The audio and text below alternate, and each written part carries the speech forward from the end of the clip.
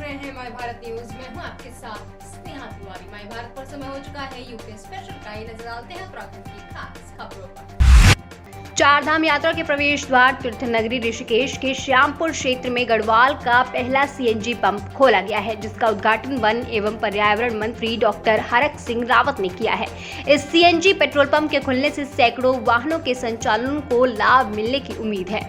आपको बता दें, इससे पहले सीएनजी वाहनों में सीएनजी भरने के लिए उन्हें हरिद्वार और देहरादून ले जाया करते थे, लेकिन अब ऋषिकेश में सीएनजी पंप खुलने के बाद समय पर और पैसे दोनों की बर्बादी की बचत हो जाएगी। इसके अलावा सीएनजी वाहनों के चलते पर्यावरण संरक्षण में भी काफी मदद मिलेगी। ऋषिकेश से माय भारत के लिए अमित कंडियाल की रिपोर्ट। रुड़की के पिरान कलियर थाना क्षेत्र के धनौरा गांव में रहने वाले असम में तैनात सेना के शहीद जवान सोनित सैनी का पार्थिव शरीर उनके पैतृक गांव धनौरा पहुंचा, जहां उन्हें श्रद्धांजलि देने के लिए जनसैलाब उमड़ पड़ा। इसके साथ ही उत्तराखंड के मुख्यमंत्री पुष्कर सिंह धामी ने भी उनके पैतृक गांव धनौरा पहुंचकर उन्हें श्रद्धांजलि दी। आपको बता दें, सोनित सैनी असम में तैनात थे और कुछ दिन पहले ही गुवाहाटी के पास एक सड़क दुर्घटना में वो घायल हो गए थे, जिसके बाद 11 अक्टूबर को इलाज के दौरान उनका निधन हो गया। रुड़की से माय भारत के लिए प्रिंस शर्मा की रिपोर्ट। धर्मनगरी हरिद्वार में दशहरे का त्योहार बड़े ही धूमधाम से मनाया जा रहा है। हरिद्वार में संन्यास परंपरा से जुड़े अखाड़ों में आज के दिन शस्त्रों की पूजा का विशेष महत्व माना गया है। कनखल स्थित श्री पंचायती अखाड़ा महानिर्वाड़ी के साधु संतों ने वैदिक विधि विधान के साथ शस्त्रों की पूजा अर्चना की। अखाड़े के इष्ट देव श्री सूर्य प्रकाश और भैरव प्रकाश नामक भालों के साथ ही अखाड़े के अन्य हथियारों को गंगा जल और पंचामृत से स्नान कराया गया। महानिवाड़ी अखाड़े के सचिव महंत रविंद्रपुरी महाराज ने बताया कि हजारों साल पहले आदि गुरु शंकराचार्य ने अखाड़ों की स्थापना की।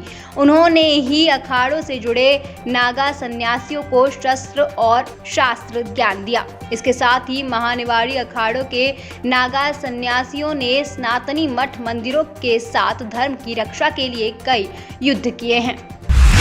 हरिद्वार में योग गुरु बाबा रामदेव ने देशवासियों को दशहरे की बधाई देते हुए कहा कि त्योहार को मनाते समय कोरोना को लेकर सावधानियों को जरूर बरतें। कनकल स्थित दिव्य योग मंदिर में पत्रकारों से बातचीत के दौरान स्वामी रामदेव ने कहा कि वैक्सीन की डबल डोज और योग और आयुर्वेद के संयुक्त उपयोग से शरीर की रोग प्रतिरोधक क्षमता बढ़ती है।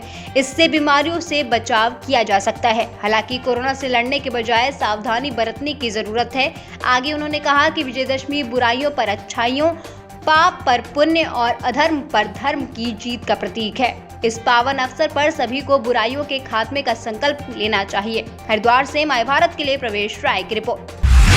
देश भर में दशहरे का त्योहार बड़े ही धूमधाम से मनाया जाता है। इसी कड़ी में रुड़की के नेहरू स्टेडियम में रावण, मेघनाथ और कुंभकर्ण का दहन किया जाता है, लेकिन इस बार कोरोना काल के चलते सिर्फ रावण ही नहीं बल्कि कोरोना वायरस के पुतले को भी दहन करने की तैयारी है।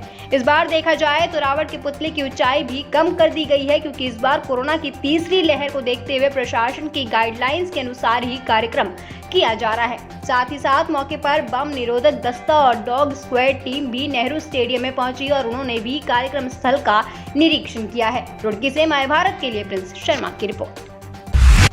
उत्तराखंड की खबरों में फिलहाल के लिए इतना ही। कल फिर हाजिर होंगे उत्तराखंड की तमाम बड़ी खबरों को लेकर। उत्तराखंड की लेटेस्ट खबरें देखने के लिए हमारे YouTube चैनल को लाइक करें, सब्सक्राइब करें, हमारे पेज को फॉलो करें और देखते रहें माय भारत।